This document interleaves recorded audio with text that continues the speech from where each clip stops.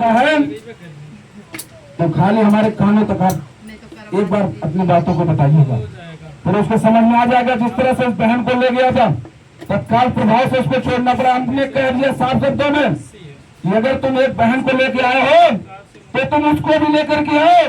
जो आरएसएस बजरंग दल के लोग हैं, सरेआम रोड पर तलवार लेकर के, त्रिशूल भाला लेकर के जय श्री राम बोलते हैं, अगर तुम उस बहन को लेकर के आए हो तो सबसे पहले उसको लेकर के आओ।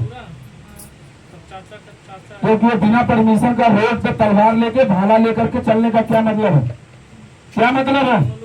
कौन सा उनका परमिशन है? जब आपको इकट्ठा संगठन बनाने का जो सिस्टम बनता है तो उनको परमिशन चाहिए, उनको परमिशन चाहिए। अभी आप अपने महापुरुषों की जयंती मनाएंगे तो उनको परमिशन चाहिए, लेकिन वो सरेआम डीजे साउंड हारा लगा करके दिन रात पूरे क्षेत्र गवार को डिस्टर्ब करते हैं, उनको परमिशन की जरूरत नहीं है। ऐसा क्यों? ऐसा इसलिए याद है सत्ता में, लेकिन ध्यान रखना यही समाज सत्ता में लाया है, यही समाज सत्ता में लाया है।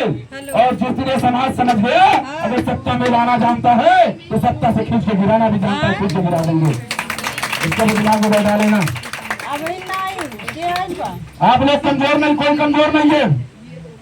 हम लोगों के पास खोने के लिए कुछ नहीं है, लेकिन पाने के लिए पूरी दुनिया पड़ी है, इसलिए हमको डर नहीं है। डरो तुम, अगर तुम्हारे पास 1000 बीघा तुम्हारा जाएगा, हमारा क्या? हमारा जो चार ईंट पत्थर है वही जाएगा, उस सबको कोई दुख नहीं है। खोने के लिए कुछ नहीं, पाने के लिए बहुत कुछ है, इसलिए लड़ाई नहीं बंद करेंगे।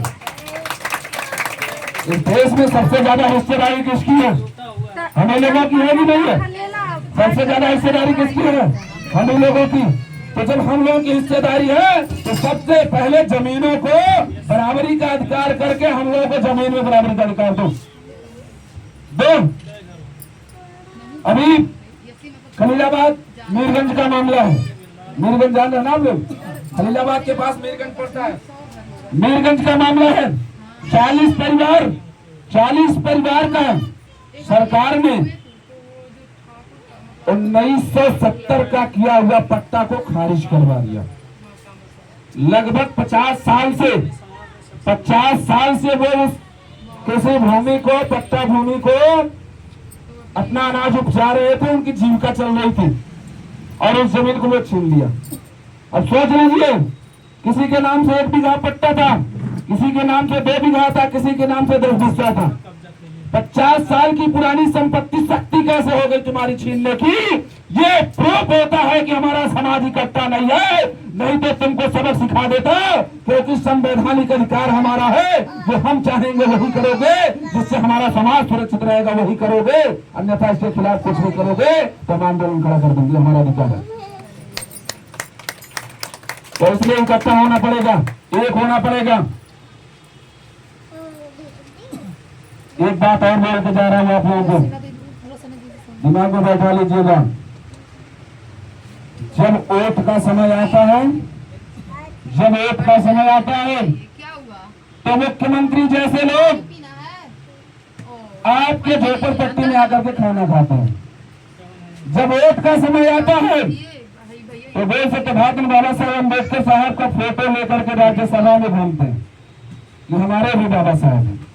लेकिन ये नहीं उनको दिखता कि जो बाबा साहब की संतान है, बाबा साहब के लोग हैं, उनके साथ क्या हो रहा है। वो गुमराह करते हैं, एक बार आपके साथ छल करेंगे, 5 साल आपको सताएंगे। 4 दिन वो जुमलेबाजी पढ़ा करके आपको बहकावा दे करके 5 साल आपको पीड़ित और परेशान करेंगे, 5 साल पीड़ित परेशान करेंगे। तो सतर्क रहना है, सतर्क रहना। ये किसी की दी हुई जागीर, किसी की दी हुई संपत्ति नहीं है। वो वोट आपको मिला है आपके महापुरुषों ने, हमारे महापुरुषों ने बहुत आंदोलन करने के बाद, लड़ने झगड़ने के बाद, सब कुछ झेलने के बाद, अपना बीवी बच्चा गंवाने के बाद संविधान बनने के बाद मिला।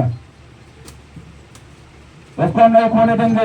और ये लोग संविधान बदलने की बात करते हैं, जब संविधान बदलेंगे तो हो सकता है वोट भी देने का अधिकार ना मिले, और जब आपको वोट देने का अधिकार छीन लेंगे तो आप कीड़े मकोड़े से बदतर हो जाएंगे। आपको कोई नहीं पूछेगा, आपको कोई नहीं पूछेगा। कोई पूछेगा? कोई मुख्यमंत्री आकर झोपड़पट्टी में खाना खाएगा?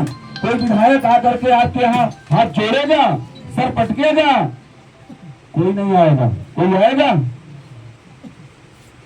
तो इसलिए आपके पास कोई संपत्ति कोई धन नहीं, इसका अफसोस नहीं है। आप गरीब हो, गरीब है वो भी चलेगा, लेकिन आपको दिमाग का गरीब नहीं बनना है। आपको दिमाग का गरीब नहीं बनना है।